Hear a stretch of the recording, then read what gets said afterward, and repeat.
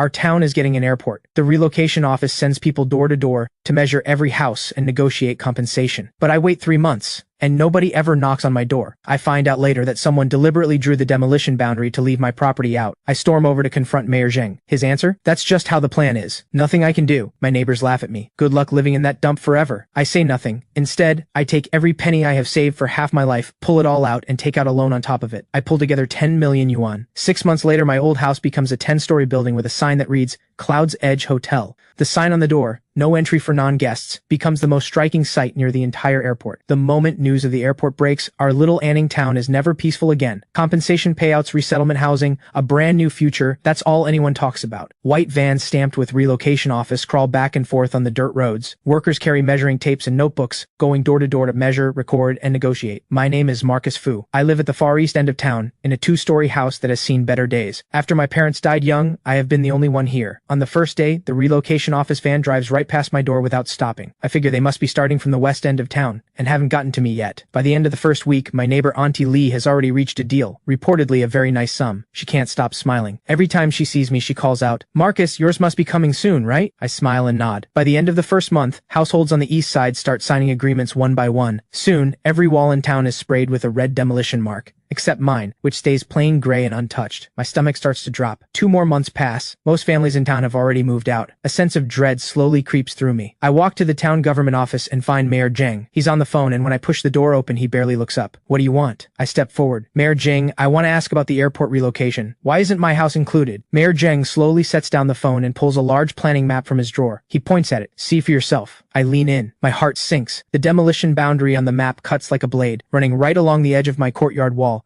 My building sits like a forgotten island, stranded outside the boundary. I stare hard at that line. My voice shakes a little. What is going on here? Is this a mistake? Mayor Zheng's voice is flat and cold, not a trace of warmth. No mistake. The plan was set this way. There's nothing we can do. I push back. But why is the whole town included but not my house? Mayor Zheng raises his voice, full of official authority. I already told you. This was decided by experts above me. What am I supposed to do? I have work to get back to. He walks straight out. I barely make it home when Auntie Lee is right there, directing movers to load furniture onto a truck piece by piece. She takes one look at my hollow expression and smirks. Marcus, didn't go well? I say nothing. She sees I'm not responding and rolls her eyes. I knew it. Your spot is tricky. They're building an airport. Your house is just sitting on the edge, not in the way of anything, and they'd still have to pay you if they took it. Why would they bother? Another neighbor leans in and sneers. Congrats. You get to spend the rest of your life as the only family left in town guarding that wreck of a house. Nothing but airport around you. The noise alone will drive you crazy. Auntie Lee laughs even harder. Exactly. While we're all settled in brand new apartments in the city, Marcus will be out here sniffing jet exhaust. Their laughter digs into me like needles. But I don't argue. I just slowly lift my head and quietly look at the house I grew up in. The moving trucks roar away. I stand alone on an empty street and take out my phone. Hey Sophie, it's me, Marcus. Sophie's warm voice comes through the line. She sounds puzzled. Marcus, what made you call me? I take a moment. I want to ask you about a loan. Sophie is my best friend from childhood. She studied finance in college and now works as a client manager at a bank in the city. She sounds surprised. A loan? Marcus, what happened to you? I keep my voice steady. Nothing much. I want to renovate the old house. Sophie is even more confused. Renovate? Now? I heard your town is getting an airport. Isn't everyone being relocated? I give her the short version of what happened. My house isn't in the relocation zone. There's a silence on the line. Then Sophie's voice comes back, edged with anger. That's just bullying. How can the planning map possibly be that precise? Cutting around just your house. I stay calm. Whether it's a coincidence doesn't matter anymore. Sophie presses me. So what are you going to do? Just sit there in that old house? I look out the window at the empty land and say, word by word, no, I'm going to tear it down and build something new. Sophie goes quiet for a long time. Then, Marcus, are you sure? This is serious money. I'm sure. How much do you need? I have 200,000 saved from my parents and from working all these years. I want to borrow 300,000 more, 500,000 total. On the other end of the line, Sophie draws a sharp breath. 500,000? Marcus, are you out of your mind? You're just rebuilding a house to live in. Do you really need that much money? I'm not building an ordinary house. I look out toward the massive airport construction site in the distance. That place will soon be full of travelers and business people non-stop. And my property is the closest to the airport, the only private building that will remain. I ask Sophie, what do you think the future looks like for a hotel right next to the new airport? When those words land, Sophie freezes. She's always been sharp. She catches on immediately. A hotel? You're going to open a hotel? Marcus, that's a massive leap. Do you know anything about running a business? Do you have connections? The risk is enormous. Facing her worry, I turn it back on her. Which is riskier? That or holding onto a house nobody wants, sitting there rotting under the noise of planes day after day? Which one scares you more? Sophie still looks worried. But 300,000 is no small number. Using the old house as collateral, it might not be enough, and you have no income proof. Before she finishes, I cut in. I know. That's exactly why I'm calling you. You're the professional. Help me find a way. I know I'm putting her in a tough spot, but I have no other path left. This is the one chance I have to change my life. Sophie lets out a long sigh. Marcus, you're still the same as always, quiet until you're not, and then you say something that stops my heart. Okay, bring your property deed and all your documents to the city tomorrow. I'll go through everything with you, see what options we have. No promises, but I'll do my best. Thank you, Sophie. To lighten the mood, she jokes. Don't thank me yet. Once your hotel is open, just save me a presidential suite, free for life. I answer completely seriously. Deal. The next morning, at first light, I squeeze onto the first bus to the city,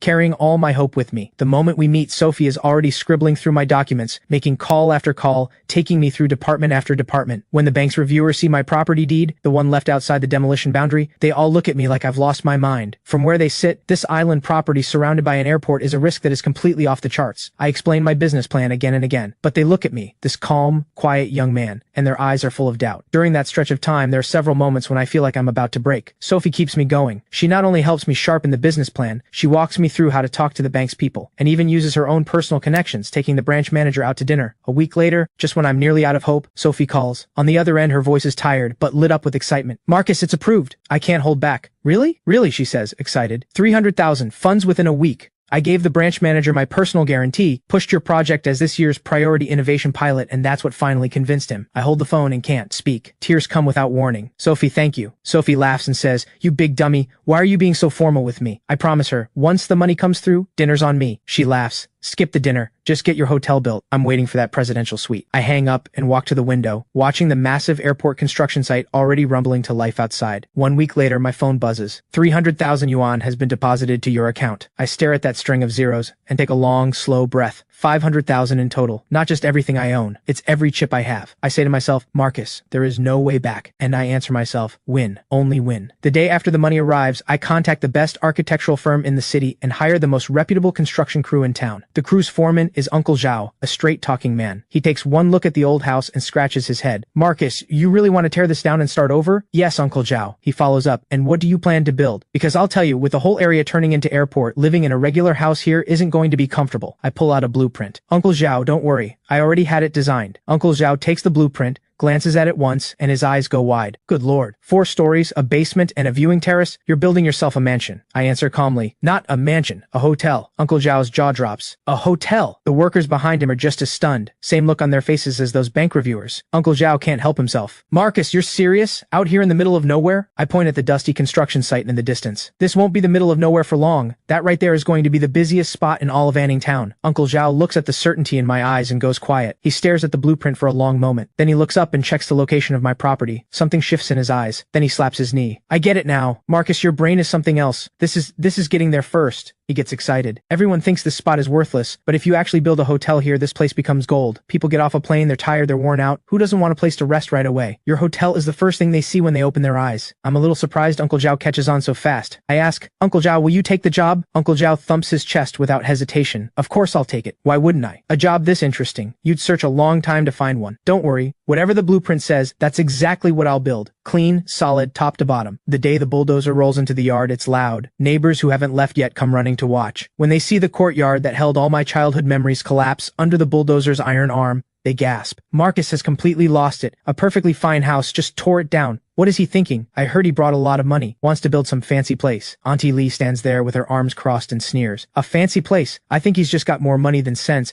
And when he's done, living alone in that big place, isn't he going to be scared at night? Someone else chimes in. Exactly. No neighbors anywhere around him. Like living in a graveyard. Too proud for his own good going up against Mayor Zheng like that. Nothing good is coming of that. I tune out every word of it and stand in the rubble, watching the crew work. It doesn't take long before the noise draws Mayor Zheng to the scene. He stays in his car, rolls down the window, and watches from a distance. He clearly didn't expect that instead of crying and begging, I've stirred up something this big. Then Mayor Zheng calls out from the window. Fu, I walk over. Something you need? His tone is a challenge. What are you doing? Renovating the house. He presses on. Renovating means leveling the whole thing? This is a full rebuild. Do you have your approvals? I do. Mayor Zheng didn't expect everything to be in order. His face tightens. He throws the documents back at me. His voice carries a warning. I'm telling you, don't push it. The airport project is a major government priority. If you interfere with construction or build anything out of code, don't say I didn't warn you. I collect my documents and look him straight in the eyes. Don't worry. Everything I do is within what the law allows. I won't get in anyone's way. and I ask that no one get in mine. Mayor Zheng looks thrown off by how firm I am. He lets out a heavy grunt and speeds away. I know he came here to warn me and to test me. In the days that follow, I'm at the construction site almost every day. The building's frame rises on the open land at a pace you can actually see with your eyes,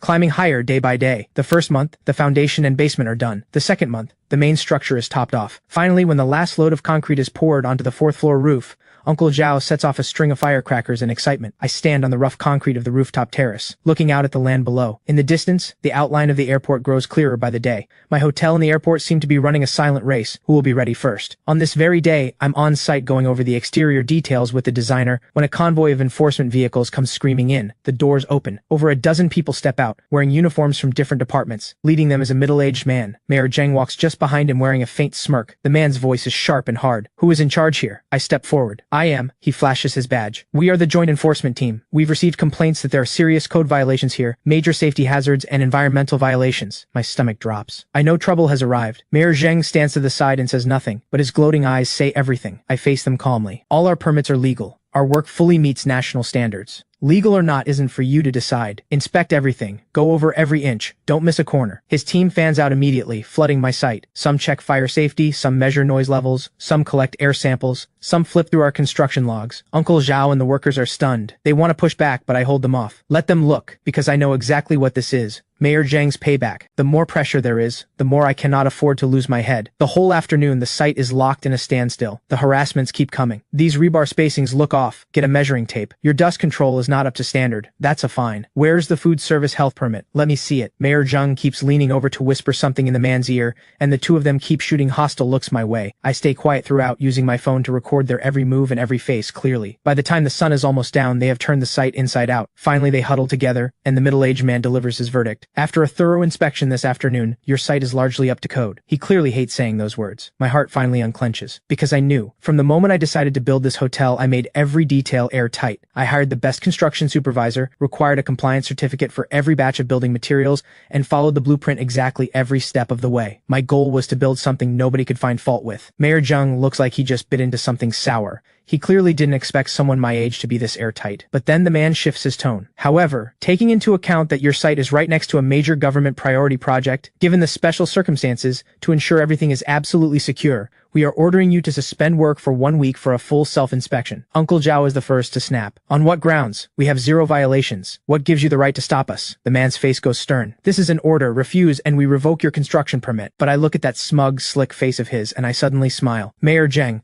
I have the direct numbers of the heads of the City Housing Authority, the Fire Bureau, and the Environmental Bureau. I also just sent the video I recorded to a friend of mine. He works for a media outlet at the provincial level. If I tell them everything that happened here this afternoon, what do you think happens? I'm just an ordinary person trying to protect my home. No power, no connections. All I can do is use this clumsy method to protect myself. His smile freezes on his face. He stares at me, eyes full of disbelief. He never could have imagined that someone like me, in his eyes a weak, easy target, a nobody, had a move like this waiting. The middle-aged man senses the shift, walks over quickly. Mayor Zheng, what do you think we should? Mayor Zheng, seeing this, glares at me hard, jaw tight. Let him keep building. He turns without looking back and gets in the car, taking his so-called enforcement team with him as they all scramble away. A cheer breaks out across the site. Uncle Zhao and the crew all give me a big thumbs up. Marcus, that was unreal, but only I know the truth. What I said back there was half real, half bluff. I did record the video, but the media friend, I made that up. I was gambling. Gambling that Mayor Zheng had a guilty conscience and couldn't afford the exposure. I won the bet, but I also know he won't let this go. I look out at the city lights in the distance and take out my phone. Hey, Sophie? I think I've stirred up some serious trouble. Sophie listens as I walk her through the whole afternoon. When I finish, she's quiet for a long time. I check. Sophie, you still there? Her voice sounds worn out, but steady. I'm here, Marcus, don't panic. I'm not panicking. I just need to know what to do next. Sophie thinks it through. Going head to head with him on his own turf will only hurt you. We need to change the approach. What approach? Sun Tzu said, win with discipline, strike with surprise. You have every permit in place, you're fully above board. That's your solid foundation. Mayor Zheng keeps looking for something to use against you and finds nothing, so he's forced to fight dirty. What we need to do is strike from somewhere he never sees coming. I listen quietly as Sophie lays it all out, and my racing thoughts slowly settle into focus. So where do we strike? Sophie answers, word by word. The airport, the one currently under construction. Anning International Airport itself. I blink. She keeps going. What is your hotel's biggest advantage going to be? Its location, completely one of a kind. kind, zero distance from the airport. So from this moment on, you can't keep your focus locked on this one little corner of Anning Town, and you definitely can't keep obsessing over a small-time bully like Mayor Zhang. You need to lift your game up to the same level as the airport project itself. Find a way to make the airport project team see you as one of their own. Sophie's words hit me like lightning, tearing through the fog in front of me. I finally understand. The only reason Mayor Zhang can push me around is because in his eyes, I'm nothing but a lone individual with no backing. But if I can tie myself to something as massive as that airport, Mayor Zhang will think twice before he makes another move. But how do I do that? I admit the difficulty. The airport is a joint priority project of the provincial and city governments. The people in charge are high-ranking officials. There's no way I can get near them. Sophie actually laughs. Who said anything about approaching senior officials? Marcus, have you forgotten what your advantage is? My advantage? What advantage? Sophie dives in. Your site is the only one in all of Anning Town, besides the airport site itself,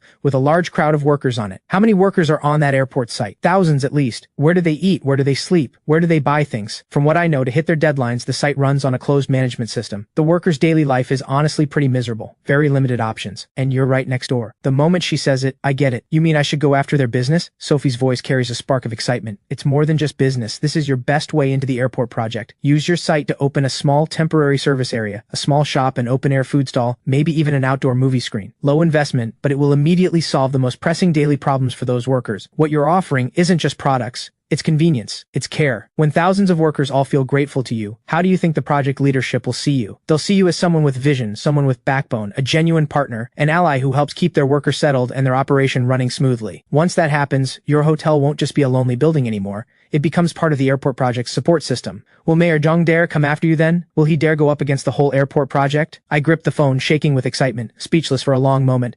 Sophie, you're a genius. Sophie laughs. I'm not the genius. You gave me the inspiration. Anyone who came up with the idea of building a hotel next to an airport was never going to be the slow one. Then she adds, move on this fast. Get it done before Mayor Zhang makes his next move. Get our pieces in place. What do I need to do? Go find Uncle Zhao. He has the crew and the skills. Putting up a temporary structure and running a food stall is nothing for him. For supplies, go directly to the wholesale market in the city. I'll give you a few contacts, all my clients, all reliable. Most importantly, keep your prices fair, keep everything clean. We're not here for a quick profit, we're here for people's trust. I hang up feeling every part of me suddenly alive. All the exhaustion and confusion from before, gone. In its place, a fire and a hope I've never felt before. I find Uncle Zhao that same night and lay out my idea. He slaps his knee. Now that's a plan! I've been feeling sorry for those airport boys for a while. Eating cafeteria food every single day. They're so bored of it they can't stand it. We set up a food stall, throw in some cold beer and barbecue skewers. They're going to go crazy for it. Uncle Zhao thumps his chest. Marcus, trust me. Leave this to me. Tomorrow I bring the crew and clear the space. 3 days and we're open. And Uncle Zhao delivers.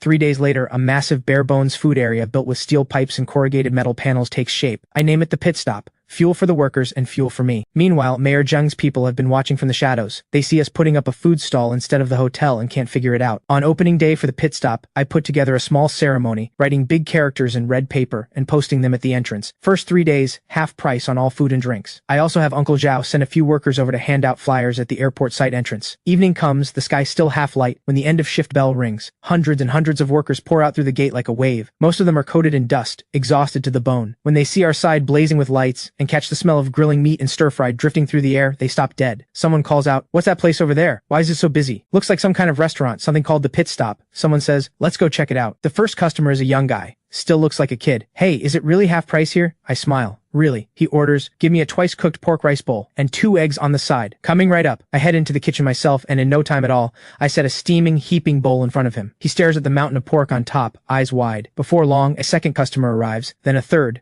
then more. Half an hour later, the pit stop is packed. People cluster in groups of 3 or 4, ordering dishes and cases of beer. Every bit of pressure built up on the job site all day now releasing into laughter and noise. What was once a silent, empty night is set on fire by this explosion of life. Uncle Zhao sits at a table with his crew, faces flushed red from drinking. The first step of my plan is a success. In the days that follow, the pit stop keeps getting busier, becoming the one place of comfort and joy in the workers' grinding daily grind. One night, while people are eating, the workers at the table start to frown, because it's obvious these few people who just walked in are looking for trouble. I step out from the kitchen, untie my apron, and ask calmly, "What can I get you gentlemen?" Jing Chang looks me up and down. His eyes are all aggression. "You the owner? We're not here to eat. We're here to collect protection money." He holds up 5 fingers. "You want to run a business in Anning Town? You play by our rules, this much every month." Before I can say a word, a massive man at a nearby table shoots to his feet. He's a subcontractor from the airport site. Foreman Zhang here almost every day. He rumbles in a deep voice. "Who are you people?" The workers who are eating are already scowling, clearly seeing these people for exactly what they are. I step out from the kitchen, untie my apron and ask calmly, "What can I get you?" Jing Chang looks me over, eyes full of menace. You the owner? We're not here to eat, we're here to collect. He holds up 5 fingers. Want to do business in Anning Town? You follow our rules. This much every month. Before I say a word, a massive man at a nearby table rises to his feet. He's a subcontractor from the airport site. Foreman Zhang, here nearly every day. Foreman Zhang rumbles in a low, heavy voice. What are you people doing here? Coming here to cause trouble? Zhang Chang gives him a sideways look full of contempt. Who asked you? Stay out of grown folks' business, or we'll deal with you too. Foreman Zhang just laughs. Without a word, he picks up an empty beer bottle from the table and squeezes. With a sharp crack, the glass shatters in his bare hand. At that sight, the smirks on Zhang Chang and his crew freeze solid. Then from every direction, dozens of equally built workers stand up. Some are holding knives. Some grab stools, not one of them says a word. They simply and silently close in around Zhang Chang and his men from all sides. These workers come from every corner of the country, hardened by years on job sites. They may not have fancy educations, but they live by a simple, unshakable code. I fed them well and kept it cheap, so they stand up for me without hesitation. Jing Chang and his boys are used to pushing around the quiet, harmless locals. They have never faced anything like this. Jing Chang shouts, all bark and no bite. What do you think you're doing? I'm warning you. My uncle is Mayor Zheng. Foreman Zhang spits on the ground. Mayor Zheng's your uncle.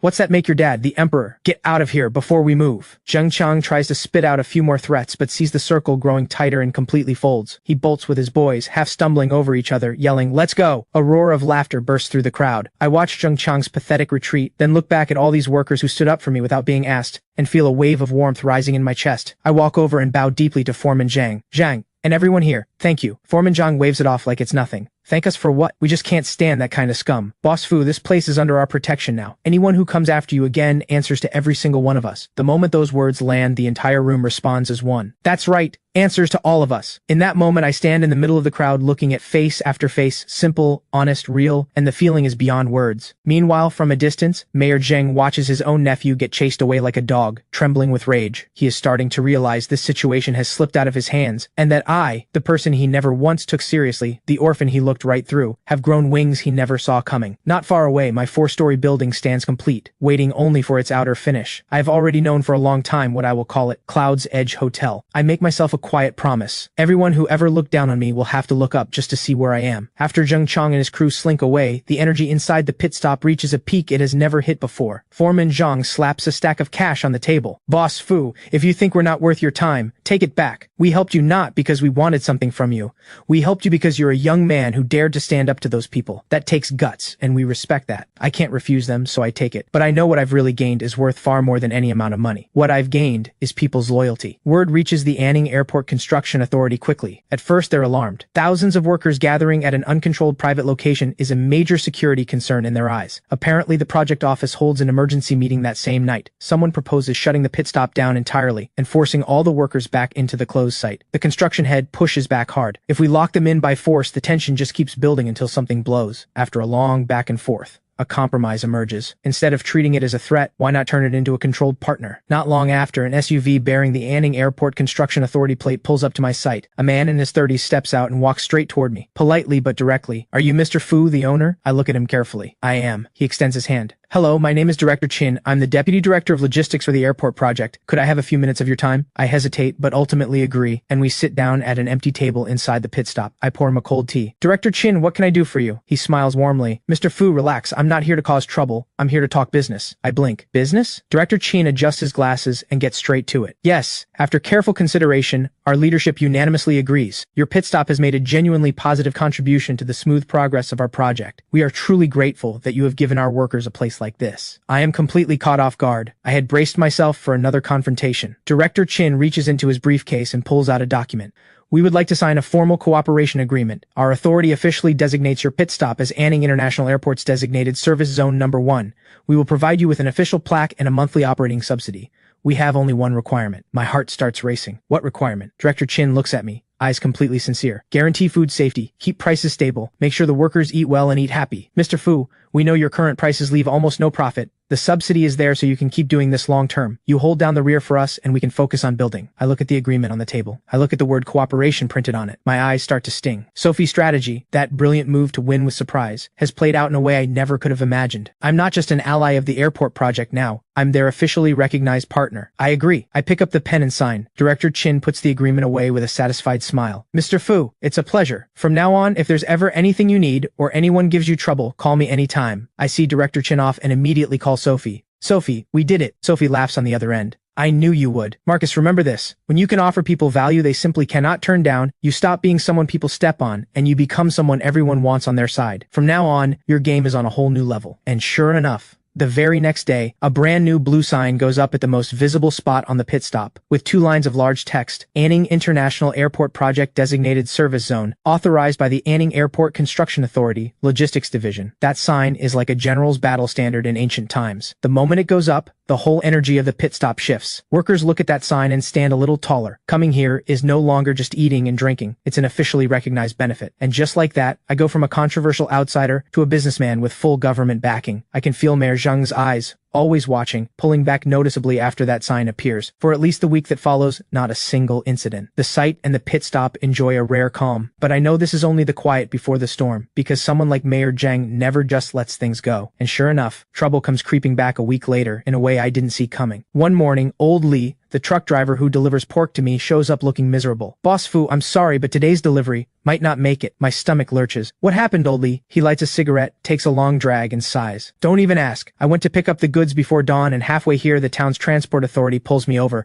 They say I'm in violation. They want to impound the truck and hit me with a fine. My load isn't even half the legal limit. I argue with them, and they come back with a 10,000 yuan fine, or they hold the truck for a month. My heart drops completely. This is no coincidence. This is Mayor Zheng's new move. He can't come at me directly anymore, so he's going after my supply chain. Old Lee adds helplessly. And it's not just me. This morning, trucks bringing vegetables, oil, rice, multiple drivers, all stopped at different checkpoints, all with different made-up excuses. Emissions not up to standard. Whatever they can think of. Fines and impounds one after another. Now every driver in town who supplies you, not one of them dares make a run to your place anymore. They're all scared, pulling the rug right out from under me. The pit stop burns through massive amounts of ingredients every day. Cut the supply line and it shuts down within 2 days. By midday, the shortage is already showing. Several dishes workers want are unavailable. They all say they understand, but I can see it in their eyes. Disappointment. I feel the urgency rising in my chest. I call Director Chin immediately and explain everything. Director Chin erupts on the phone. This is outrageous, absolutely unacceptable. This is interfering with the airport project's normal operations. He promises to confront the town immediately, but an hour later he calls back, defeated. Mr. Fu, I talked to them. They smiled and agreed to fix it right away, but their people on the ground are playing along to his face and ignoring him behind his back. The roadblocks are still happening. This is local protectionism, their own internal network. We're the construction authority. We have no direct jurisdiction over local government. These people are playing games and stalling us. It seems like counting on anyone else is not going to work. I have to find my own way through. I dial Sophie right away.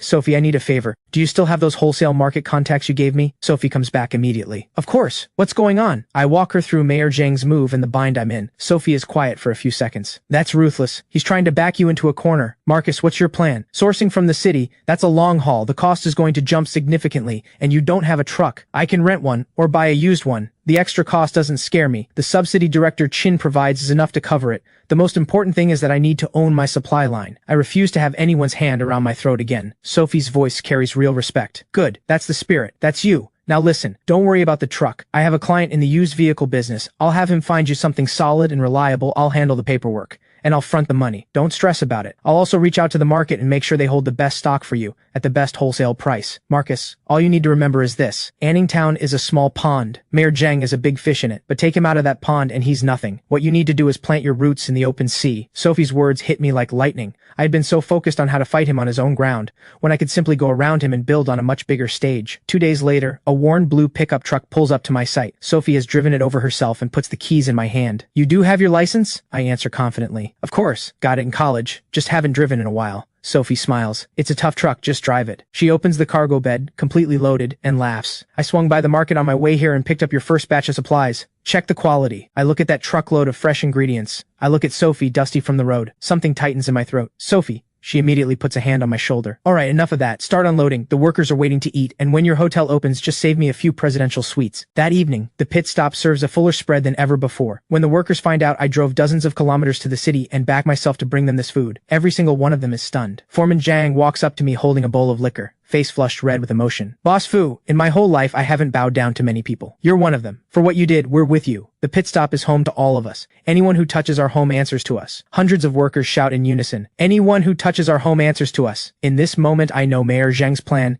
has completely backfired. He didn't break me. He tied me closer to these workers than ever. From the day I had my own truck and independent supply line, the pit stop is on solid ground. I pour every bit of my energy back into the hotel construction. The designer Sophie found is exceptional. The modern, minimal style style he designed for the hotel makes it look, against the backdrop of rubble and construction, like a building that has been dropped in from the future into this patch of earth. Meanwhile, at Director Chin's suggestion, I open a small convenience store, stocking cigarettes, snacks, and everyday supplies. I also bring in a few washing machines for laundry service. The pit stop has become a fully functional mini-community, solving every practical problem in the workers' lives, and through the word of those workers my name spreads through the entire airport project. Everyone knows there's a young owner named Marcus Fu right next door. One afternoon I'm going over the accounts at the pit stop when Director Chin walks in with a small group. At the front is a man in his mid-40s, with two younger people at his side, one holding a notepad, one a camera. Director Chin makes the introduction warmly. Mr. Fu, let me introduce you. This is the head of project development from Southern Airlines headquarters, Mr. Chen. He's here to do a preliminary survey for future airline operations at the airport. Something stirs in me. I stand and reach out my hand. Mr. Chen, great to meet you. Mr. Chen takes my hand with a polished smile. Mr. Fu, I've heard a lot about you. Director Chin has been singing your praises all the way here. I quickly deflect. Director Chin is too kind. Mr. Chen gets right to it. We just finished a tour of the airport site, and we couldn't help noticing your building. Very striking design. Director Chin tells us it's a hotel about to open. Is that you? It is. Mr. Chen doesn't hesitate. Could you give us a tour? Of course. I set down the accounts book and lead them toward the hotel. Along the way, Mr. Chen asks me many questions, and my answers are steady and clear. When I lead them into the hotel lobby, still mid-renovation, every one of them is struck silent. From here, you can see the tower cranes on the airport site working in the distance, and it doesn't take much imagination to see that very soon, silver planes will be taking off and landing where those cranes now stand. The visual impact is unlike anything else. Mr. Chen shakes his head in genuine admiration. Remarkable, Mr. Fu. You saw the future value of this when everyone else had their eyes on compensation money. The whole time, his assistant is clicking away with a camera. We make our way up to the rooftop viewing terrace, and standing here, the entire airport construction site spreads out below. Mr. Chen looks out at the horizon and speaks slowly. Our airline's crew members need rest accommodation in every city they land in. Our standards for partner hotels are very high. Safety, privacy, convenience, no exceptions. Your hotel has an unmatched geographical advantage. It is the closest building to the airport, closer even than the staff dormitories we've been planning. He turns and looks at me, eyes bright with calculation. Mr. Fu, once your hotel opens, would you be interested in becoming Southern Airlines' designated crew layover hotel at Anning Airport? My heart slams in my chest. A long-term agreement with an airline means the most stable, highest quality guests before the hotel even opens. This is everything I have dreamed of. I hold down the rush of emotion and answer, absolutely. Mr. Chen nods, satisfied. Good. Once the hotel is officially complete, we will send a professional team to conduct an evaluation, and if it passes, we'll sign a strategic partnership agreement. Thank you, Mr. Chen. He reaches into his pocket and hands me his card. Stay in touch. After Mr. Chen and his team leave, I stand alone on the rooftop, the wind at my face, feeling like none of this can be real. Just as I'm about to head downstairs, something catches the corner of my eye. I catch a glimpse of a car parked at the far end of a dirt road. It's Mayor Zhang's car. He's sitting inside, and there's someone next to him. Mayor Zhang seems to be pointing at my hotel, saying something. I stay calm and walk downstairs. I send Sophie a message. Look someone up for me. Then I pull out my phone on the rooftop and zoom in. I snap a blurry shot of the two men's profiles. I follow up. The man in the suit sitting next to Mayor Zhang. I want everything on him. The more detail, the better. Sophie replies almost instantly. Trouble? I write back. Might be the real kind. I put down my phone. I walk to the entrance of the construction site and find Uncle Zhao. Uncle Zhao, I need a favor. He answers right away. Marcus, just say the word. I explain. Find someone to make me a sign. Best wood, hand-carved. Uncle Zhao tilts his head. What does it say? I pull out a pen and paper and write 8 characters, stroke by stroke, no entry for non-guests. Uncle Zhao stares at it for a moment, then breaks into a grin. Got it. Sending a message to certain people. I'll find the best carpenter in town right now. I'll make sure it's done perfectly. 3 days later, a sign carved from a single piece of rosewood stands at the most visible spot at the entrance of my hotel construction site. The moment it goes up, everyone notices. Workers passing by on their way to the pit stop and stare. Then they smile. That knowing smile. They all understand exactly who this sign is meant for. And of course, Mayor Zhang sees it too. He knows exactly who non-guests means. Him and his mystery guest. This is my most direct way of saying it. You are not welcome to snoop around my turf. That same evening, Sophie calls. Found him. His name is Victor G. He's the owner of YU Capital. His specialty is hunting down high-value projects with weak spots or legal disputes, then forcing a low-price buyout, repackaging them, and flipping them for massive profit. The profits are enormous. Over the years, the people he's destroyed, families ruined, lives wrecked. There's no shortage of them. Every word Sophie says sinks my heart a little deeper. How does he end up connected to Mayor Zhang? Sophie answers immediately. I checked the business registry. An investment company under Victor G's name partnered with Mayor Zhang's own brother last month to register a new company, Anning Airside Services Limited. Sophie then asks, want to guess where the registered address is? The moment I hear that, something explodes in my head. My property. Sophie's voice goes cold. Exactly. The address of your land. Everything becomes clear. Mayor Zhang never had any intention of leaving me in peace. He drew the demolition boundary around around my property specifically to keep this land. He knew it would rise in value, so he had his brother team up with Victor G, planning to pocket this land for themselves. My building a hotel here is blocking their path, so they'll do everything in their power to drive me out and turn my hotel into their hotel. All those dirty little tricks before, that was just the appetizer. Now the real predator, Victor G himself, has entered the game. I ask Sophie, worry creeping into my voice, what will they do? Sophie replies, Victor G's playbook has 3 moves. First, smear your reputation, drag your name through the dirt until everyone sees you as a problem, make your partners doubt you. Second, litigation, hit you with bogus charges to drain your energy and your money. Third, pulling the rug out from under you. He goes after your cash flow, your people, until you collapse from within. Once he's worn you down enough, he shows up playing the savior. He offers you an insulting price you can't refuse, and buys everything you have. I listen to Sophie's analysis, a long silence. Then I finally speak. I understand. If he wants to play, then I'll play until the very end. Sophie's voice fills with worry. Marcus.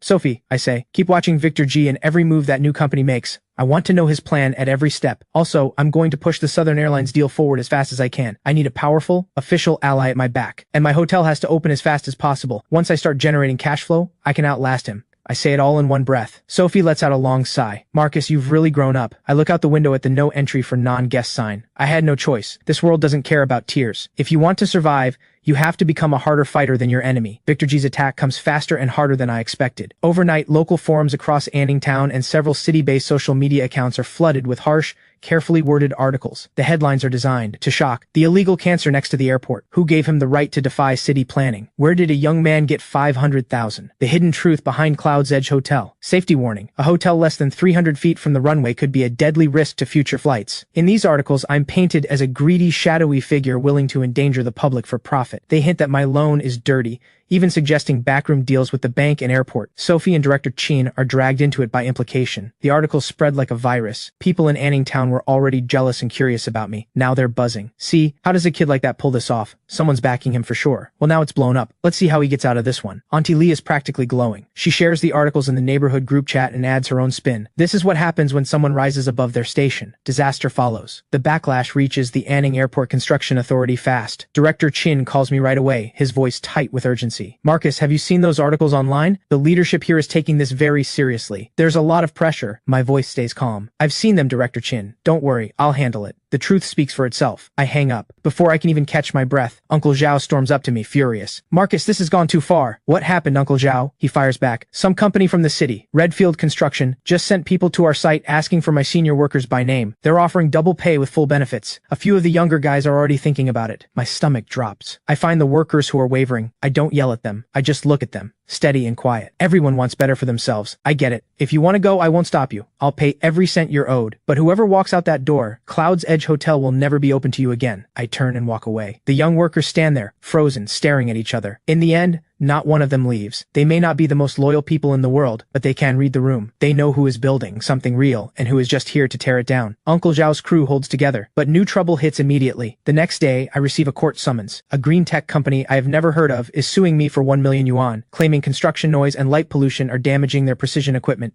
and demanding my hotel shut down immediately. Their registered address is a plot of empty land just a few kilometers away, and there is nothing there. This is a bad faith lawsuit, plain and simple. The goal is to tie me up and drain me dry. I have no choice but to hire a lawyer. My money is already stretched thin. Now there's another massive expense. I'm sleeping 3 or 4 hours a night. During the day, I'm managing the site, keeping the crew calm, meeting with lawyers. At night, I'm driving to the city myself to restock, then coming back to check on the pit stop. The pressure is suffocating. For the first time, I start to doubt myself. My enemy has massive capital and a professional team. All I have is a small crew and sheer nerve. And then Sophie calls. Marcus, don't be afraid. I know exactly what's happening. This 3-move playbook, it's his signature. A lot of people have fallen right here, but you won't. Go outside the pit stop right now. I wipe my eyes and walk to the door, confused. Outside the pit stop on the open ground, dozens of workers just off their shift are huddled together, phones in hand. They're flooding the comment sections under every smear article. Garbage. Boss Fu's food is the cheapest and cleanest in all of Anningtown. I work at the Cloud's Edge site every day. The safety standards here are better than most big developments in the city. Anyone still spreading lies is going to answer to me. If this hotel is illegal, then there isn't a legal building anywhere in the world. Boss Fu's paperwork is all in order. We stand with Boss Fu, take down the backstabbers. Their words are rough, some of them downright filthy. But they know one thing, who has been good to them, and for that person they will stand up. Watching them, tears rise in my eyes again, this time out of gratitude. I suddenly understand. Victor G has money, a team, and tactics, but I have something he can never buy. I have the people. I take a breath and walk toward them. Zhang, everyone. Foreman Zhang sees me and breaks into a wide grin. Thank you. What for? We just can't stand watching good people get pushed around. Another worker cuts in. Boss Fu, don't be afraid. Thousands of us have your back. They lay one finger on you and we'll tear their whole operation down. I look at their faces. Rough, honest, unbreakable. Every bit of confusion and fear drains out of me. I straighten up. I dial Mr. Chen at Southern Airlines. Mr. Chen, this is Marcus Fu. You've probably seen the rumors online. I'm not here to explain myself. I just want to invite you and your evaluation team to come inspect the hotel in person anytime. And I want to make you a bet. If we pass your evaluation, I want us to sign immediately. In return, I'll give you 20% off for the first 3 years. And if we don't pass, I cover all travel costs for your entire team. I'm betting my reputation and my future. My call clearly catches Mr. Chen off guard. Mr. Fu, you've got nerve. I respect that. All right, in 3 days, I'll bring our best team. I hope you don't disappoint me. You have my word. I hang up. I go straight to Uncle Zhao. Uncle Zhao, we have 3 days to get this hotel ready to receive an evaluation team. I pour every last cent of remaining money into this sprint. I focus everything on the core areas that show the hotel's true value, presenting them perfectly. We cut all the time-consuming decorative details. I tell everyone, we are not renovating, we are fighting. The workers' energy ignites completely. Foreman Zhang and his crew volunteer without being asked. After their shifts, instead of resting, they come straight to my site. Thousands of workers from the airport project and my hotel site form an incredible bond. By day, they pour sweat into the airport. By night, they work under temporary floodlights at my site, pushing through the dark. The entire site blazes around the clock. The noise never stops. This fearless drive shocks everyone who sees it. 3 days later, when Mr. Chen leads Southern Airlines' evaluation team back to my hotel, every single one of them stops at the site before them. In just a few days, the building is transformed. The core areas now carry the shape of a 5-star hotel. I lead them up to the rooftop observation terrace. Comfortable outdoor furniture is already in place. Mr. Chen, please sit. I pour a cup of hot tea for each of them. This will be Cloud's Edge Hotel's crew executive lounge. Every Southern Airlines crew member staying with us can enjoy the best view in the city and a space to truly unwind. Mr. Chen holds his cup, gazing at the massive terminal in the distance. His eyes are full of something I can only call awe. Behind him, his team fans out across the hotel with instruments, running rigorous tests. My heart is stuck in my throat. An hour later, all tests are done. The lead technical officer, a man with glasses, walks over to Mr. Chen and hands him a freshly printed report. Mr. Chen takes it and reads it carefully, very slowly. My palms are soaked. Finally, he sets it down. His eyes are sharp as he looks at me. Mr. Fu, I have to admit, you've created something remarkable. In both build quality and design, this hotel exceeds our expectations. Especially the soundproofing. Indoor noise levels are below 40 decibels. That's impressive. My heart finally drops back into my chest. To get that soundproofing right, we gave up all those time-consuming decorative details. Looking back, every sacrifice was worth it. Then Mr. Chen shifts his tone. But your hotel is still only half finished. Many supporting facilities are not yet in place. That doesn't meet our standard for a partnership. I take a deep breath, ready to lay out my backup plan. But Mr. Chen smiles. That said, I personally believe in your future. So I've decided to make a bet of my own. He reaches into his briefcase and pulls out 2 documents. One is a hotel partnership letter of intent. The other is a personal angel investment agreement. This letter of intent we can sign right now. It represents Southern Airlines' official position. It will shield you from a lot of outside pressure. Then he slides the second document across to me. As for this investment agreement, this is a personal investment in your hotel, made in my wife's name for 1 million yuan. It's to help you get through this and finish the hotel right. I'm not asking for equity. Think of it as a loan. Once the hotel is turning a profit, pay me back with interest. I never imagined he would support me like this. My voice shakes. Why? Mr. Chen takes a sip of tea. His gaze drifts far. Because I see myself in you. Young, with nothing, but willing to take on the whole world. That kind of person is rare.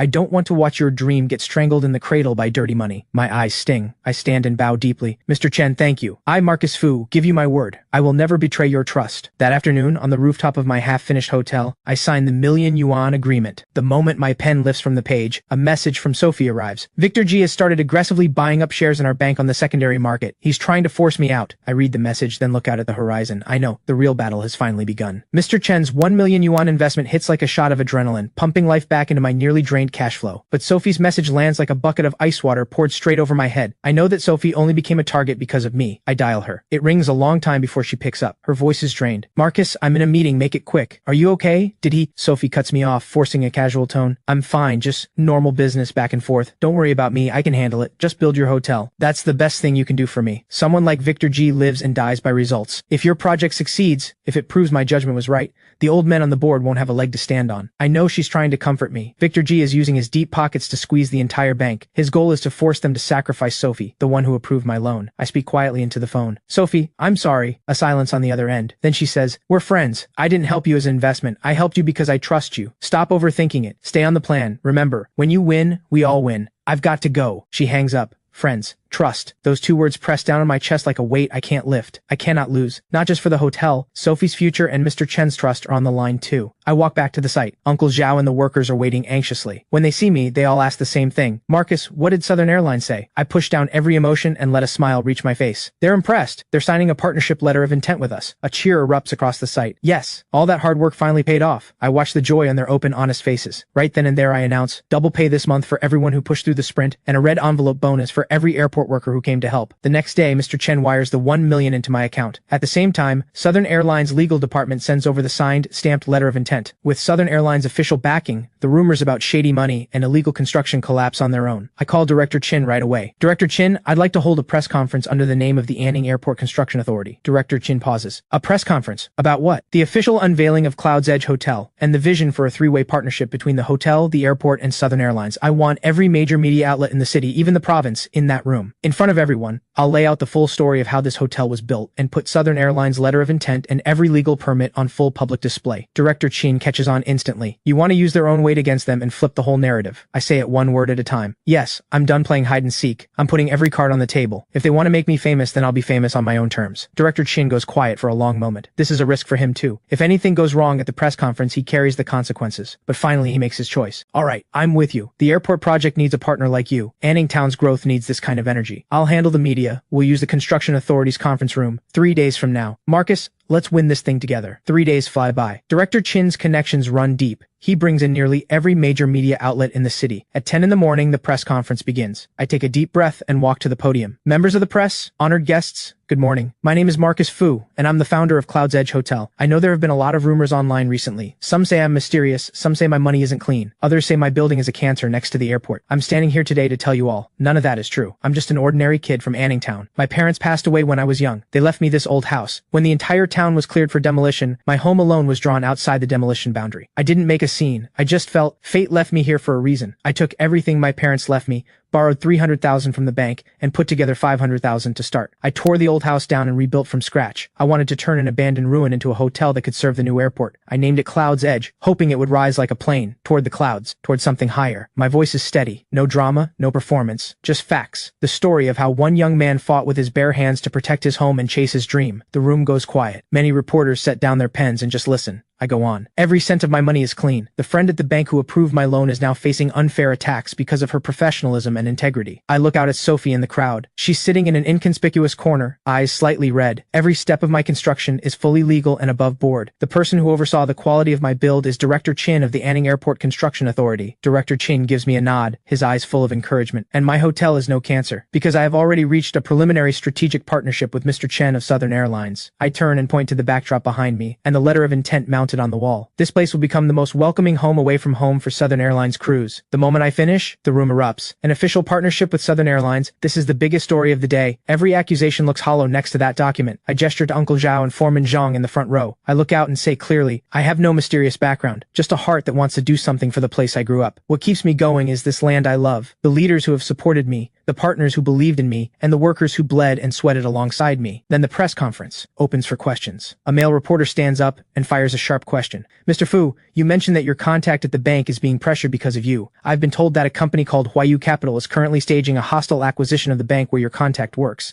And multiple social media accounts behind the smear campaign against you have been traced back to Huayu Capital. Do you believe this is a targeted act of commercial sabotage? Every eye in the room turns to me. I pause, then answer clearly. There are two kinds of people in this world. One kind sees value and works to create it and protect it. The other kind sees value and only thinks of taking it and tearing it down. Cloud's Edge Hotel welcomes all creators, but it will always shut its doors to greedy predators. I believe that in the light of day, under the open sky, every scheme and conspiracy will eventually be exposed. The moment I finish, the room thunders with applause. That same afternoon, the story of Cloud's Edge Hotel sweeps across every media outlet in the city. Front page, top headline. My image shifts. From a man under fire to a rising legend, an entrepreneurial pioneer, a young man who stood alone, refused to bend, and said no to unfair fate and dirty money. But the very next day after the press conference, trouble returns. Uncle Zhao rushes up to me in the morning, breathless. Marcus, we've got a problem. The hotel's water has been cut. My stomach drops. What happened? We paid the bill on time, didn't we? Uncle Zhao nods. We did, but the town water plant says the main pipe in our area needs a week of maintenance. This is the oldest trick in the local bully's book. A dirty, low-down move. Without water, the final stages of renovation come to a complete halt. Worse still, the pit stop can't run normally either. I think of Director Chin immediately, but before I can make the call, an unexpected visitor shows up at my door. My name is Wang Weiguo. I was chairman of the Hongtu Group. Hongtu Group, the name rings a bell. A once famous local real estate company, but it went under overnight a few years ago. Cash flow collapsed. Mr. Wang looks at me, his eyes carrying something heavy. I'm here to tell you something. The man pushing you to the edge, Victor G of YU Capital, he's the same man who destroyed me. I realize immediately, this man is not an enemy. He's a natural ally. Mr. Wang, what exactly happened? He sinks into a painful memory. I was developing a large mixed-use complex, just like you. I put in everything I had. But right when the project was almost done, Victor G appeared. He came in playing the savior. He bought out all my shares and that nearly finished project for less than 30 cents on the dollar. I went from a billionaire to a man drowning in debt overnight. His story mirrors everything I'm living through now, except his ending was far more brutal. Mr. Wang pulls a thick stack of papers from his briefcase. For years, I've been collecting evidence against him. Victor G is ruthless, but he's overconfident. A lot of his dirty dealings left a trail, all routed through an offshore shell company. He thought he was invisible, but the person who ran those operations for him back then is now someone I've placed inside his circle. This is evidence of tax evasion,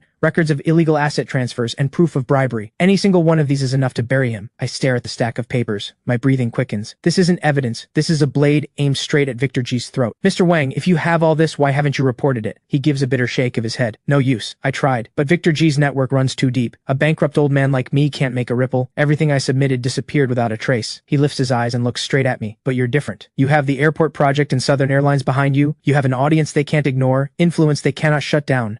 In my hands, this blade is just scrap metal, but in yours, it might be the thing that cuts off the dragon's head.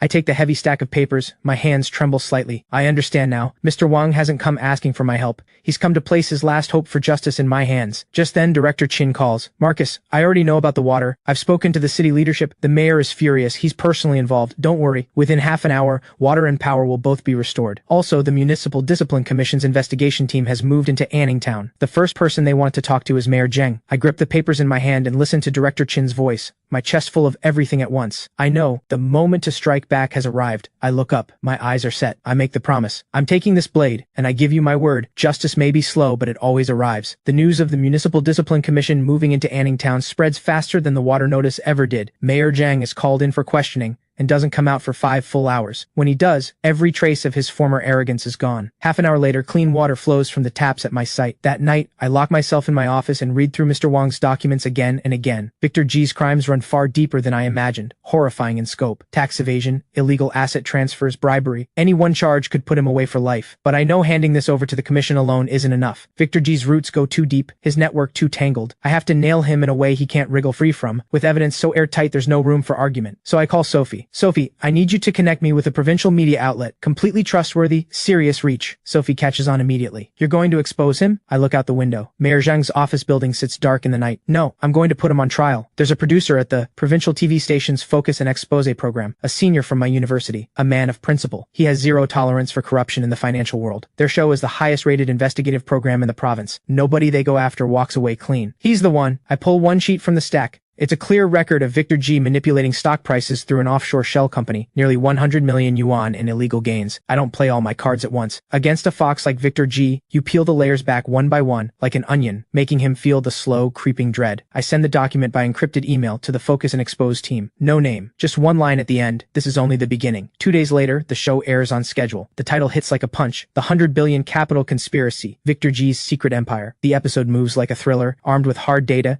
and anonymous expert interviews, pulling apart the evidence I provided piece by piece, laying it bare in front of millions of viewers across the province. The anchor delivers cold, sharp questions. Why has our financial market become a personal ATM for people who answer to no one? Why has our regulatory system turned a blind eye to crimes this clear? I know, Victor G's end has begun. That same night, YU Capital's website crashes under furious investor comments. The next day, YU Capital stock opens and hits the floor. Sell orders pour down like a waterfall, sealing every exit. Victor G's phone explodes. Demands for answers, fury, investors pulling out, partners breaking contracts. The commercial empire he spent years building begins showing cracks within a single weekend. And the final straw comes from Anningtown. On the 3rd day of his isolation and questioning, Mayor Zheng finally breaks under the pressure. He gives up Victor G. Everything. How they plotted to take my land. How much he was paid. Every dirty thing he did. The investigation team quickly traces him and Victor G's brother to Anning Airside Services Limited. In the end, Mayor Zhang is formally handed over to the justice system. That evening, the pit stop closes early. The workers have all gone back to the dorms. I'm staying late in the office to check the accounts for a new shipment of materials. Uncle Zhao refuses to leave me alone and stays with me. He stares out at the pouring rain. Marcus, something feels wrong tonight. I've got a bad feeling. I feel it too. A restless unease I can't explain. Then the office door slams open. The night security guard bursts in, face white with panic.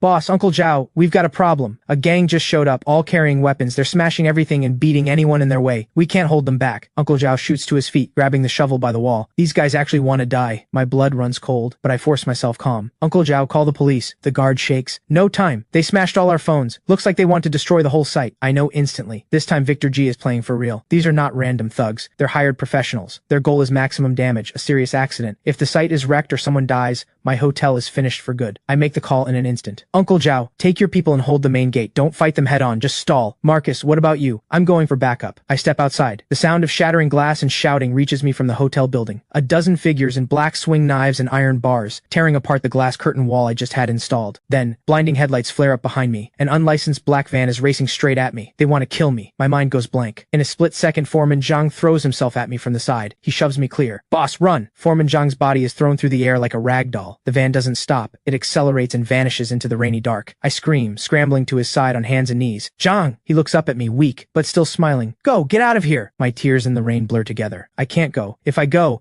what happens to Uncle Zhao and the others? If I go, Zhang's blood means nothing. A rage I have never felt before surges up from somewhere deep inside me. I look up at the men still smashing and tearing apart my hotel. My eyes go cold as ice. I don't go to my own car. I turn and run toward the dormant bulldozer in the corner of the site, the one Foreman Zhang had taught me to drive. I fire it up. The iron giant wakes in the rain, releasing a deafening roar. Every single thug freezes at the sound. I drive forward, slow but with a force that cannot be stopped. One of them screams, "He's insane! He's completely insane!" Pure terror. They scatter in every direction. I don't chase them. Then a dozen police cars tear through the rainy night, red and blue lights blazing. Director Chin and Sophie jump out of the first car. They see Foreman Zhang lying in a pool of blood. They see the destruction everywhere, and they see me sitting in the bulldozer cab. Sophie runs under the cab. Her voice shakes. Marcus, are you okay? Get down, please. I leap down from the high cab and fall hard into her arms. Sophie, they tried to kill me. She holds me tight, her voice breaking. I know. It's over now. It's over. I know it isn't over. Between Victor G and me from this night forward, this is a fight to the finish. Foreman Zhang is rushed to the best hospital in the city. The doctor says he lost a lot of blood and his left leg is fractured. He needs surgery immediately, but his life is not in danger. I keep watch in the hospital corridor. The image of Zhang being thrown into the air keeps replaying in my mind. Sophie takes off her jacket and drapes it over my shoulders. Director Chen stands nearby making call after call. Mr. Chen has heard everything. He uses his connections at Southern Airlines to push the province hard, demanding a full investigation and no mercy. Victor G's attack cost me dearly, but it also shattered every unspoken agreement and rule of engagement. He made enemies of everyone. The police move through the night. The dozen hired thugs are picked up at checkpoints on every road out of town. The unlicensed van that hit Zhang is found at an abandoned quarry. Under interrogation, with evidence stacked against them and pressure closing in, the men quickly give up their employer, Victor G's most trusted assistant, the man who carried out every dirty job for him. When police come knocking, the assistant takes his own life rather than face justice. He thought that would let him slip away clean. He underestimated me. He also underestimated what Mr. Wong had handed me. I walk over to Sophie and Director Chin. Sophie, get me the producer at Focus and Expose. Director Chin set up a meeting with the Municipal Discipline Commission. The next morning, I make 2 copies of Mr. Wong's full dossier. One I deliver personally to the Focus and Expose team at the provincial TV station. The other I hand to the top official at the Municipal Discipline Commission. What follows is an anti-corruption storm that sweeps through the province's financial and political world. The Focus and Expose team spends a full week producing a 1-hour episode that breaks every viewership record. Victor G's network of protection is torn out by the roots. Every shield he had is gone. Tax authorities, securities regulators, and police all move at once. Every asset under Victor G's name is frozen. Huayu Capital is shut down completely. An empire that once ruled the financial world crumbles in days gone, reduced to dust. Everyone who helped me through this is there. I look out at Anning International Airport in the distance, now officially open and buzzing with life. I don't give any grand speech. I just bow deeply. Thank you, all of you. Above the clouds, there is me, and there is all of you. The top floor of the hotel is still that same observation terrace, only now it has become the most prized and most beautiful view in all of Anning Town. Sophie walks over, hands me a glass of champagne, and smiles. Look at you, Mr. Success. You know what, Marcus? What you did goes far beyond building a hotel. You changed this place. You changed a lot of people. I laugh. I look at my hotel. Lights blazing, full of guests. I know, the abandoned orphan has finally found where he belongs. Victor G's replacement is a middle-aged official sent down from the city, named Secretary Zhao. I attend Anningtown's Future Development Planning Forum as a representative of young entrepreneurs. The meeting runs all morning. Secretary Zhao heaps on the praise. Mr. Fu's Cloud's Edge Hotel has set an example for all of us. It proves that on this land, with the right vision and the right courage, you can grow something world-class. Everything we plan going forward should measure itself against Cloud's Edge Hotel. We want to make this a place that draws investment, a place where talented people are proud to stay. At the end of the meeting, Secretary Zhao grips my hand and says sincerely, Mr. Fu, the town wronged you in the past. The future of this town needs you to lead it. Whatever you need, just say the word. We will back you completely. I look at the light in his eyes and I know. Anningtown's spring has finally arrived. Business at the hotel takes off. Beyond Southern Airlines, crews from other airlines start seeking us out. Business conferences and industry forums flock to the hotel. Let's Meet at Cloud's Edge becomes the new standard for the city's business crowd. And the pit stop is not forgotten. I give it a full upgrade. It becomes a semi-open food court. It keeps its down-to-earth prices and its rough-edged energy, and becomes the late-night destination of choice for airport ground staff and local residents alike. I officially bring Uncle Zhao on as head of engineering, overseeing all facilities and maintenance. The workers become the technical backbone across every department, each one dressed in a crisp new uniform, a full-time employee of a five-star hotel. Mr. Wang comes to visit. The moment he sees me, he bows deeply. Mr. Fu, thank you. You gave me a second chance. I reach out to stop him from bowing. Mr. Wang, you're giving me too much credit. I only did what needed to be done. It was the blade you handed me that gave me the chance to cut through the darkness. He tells me he plans to use the money he recovered to set up a legal aid fund, dedicated to helping entrepreneurs who have been crushed by the same kind of predatory capital that came after us. He pats my shoulder, a quiet pride in his voice. I'm too old to keep fighting, but this world, going forward, belongs to people like you. I walk him out of the hotel and watch his back, no longer hunched, spine straight again, disappear into the crowd. I know, an old era has ended. The hotel runs like clockwork. For the first time, I have a little time to myself. The first thing I do is move Foreman Zhang out of a standard ward and into the best very important person recovery suite in the city hospital. Every expense is on me. When I visit, he's lying in bed. The moment he sees me, he nearly sits up in excitement. Boss Fu, why did you come all this way? This little scratch isn't worth your time. I set a bunch of flowers on his bedside table. Zhang, this is not a little scratch. You took a hit that was meant for me. The doctor says your leg is healing well, but you'll need a long recovery.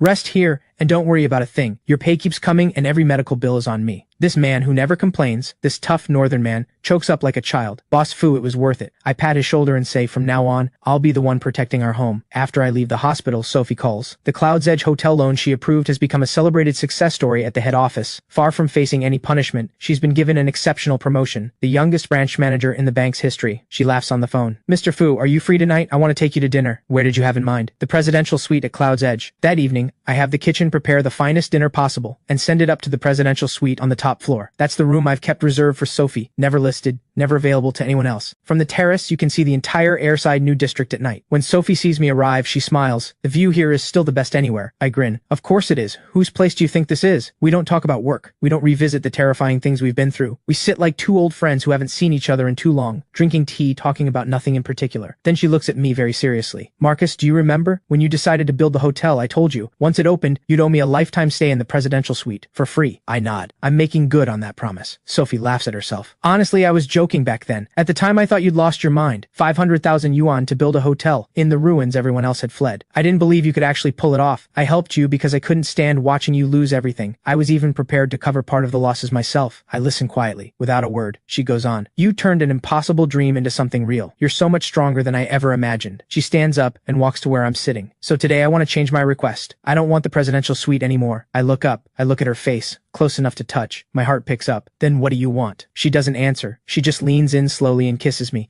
Then she holds me, voice low and trembling. Marcus, I want you, not the suite. You. My tears fall without warning again. I smile and nod hard. Yes. That night, we talk for hours about everything we want the future to hold. Before long, the second anniversary of Anning International Airport's opening arrives. It is also the 2-year anniversary of Cloud's Edge Hotel. Business leaders, government officials, and honored guests fill the venue. I'm in a tailored black suit, Sophie on my arm, standing at the entrance of the ballroom, welcoming every arriving guest. Sophie has officially left the bank and become CEO of Cloud's Edge Group. She handles every complex business matter, freeing me to focus on the group's strategic direction. Director Chin is here too. He's now chairman of the Airside New District Management Committee, the undisputed head of this new city. He spots me and laughs. Mr. Fu, you're the biggest money magnet in the whole district. Mr. Chen has flown in from Guangzhou especially for tonight. He's now vice president of Southern Airlines. He pulls me into a big hug the moment we meet. Marcus, the best investment I've ever made was the one I made on that rooftop 2 years ago. That 1 million. Uncle Zhao and Foreman Zhang are standing right behind me. One is head of engineering, the other is head of security. When the banquet begins, I take the stage as host. 2 years ago, I stood on this ground, and all that was under my feet was rubble. I thought the whole whole world had left me behind. But today I stand here, and beneath my feet is the beating heart of the most vibrant district in all of Airside New City. What I want to say is this. What defines our worth has never been which side of the line someone drew us out on. It has always been where we choose to draw our own starting line. When the world walks away from you, you can choose to win it back. My speech is short, but it earns the loudest applause of the night. The banquet is still going, but I take Sophie's hand and we slip away quietly. We change into casual clothes and walk through the park like any ordinary couple. The park is full of children laughing and playing,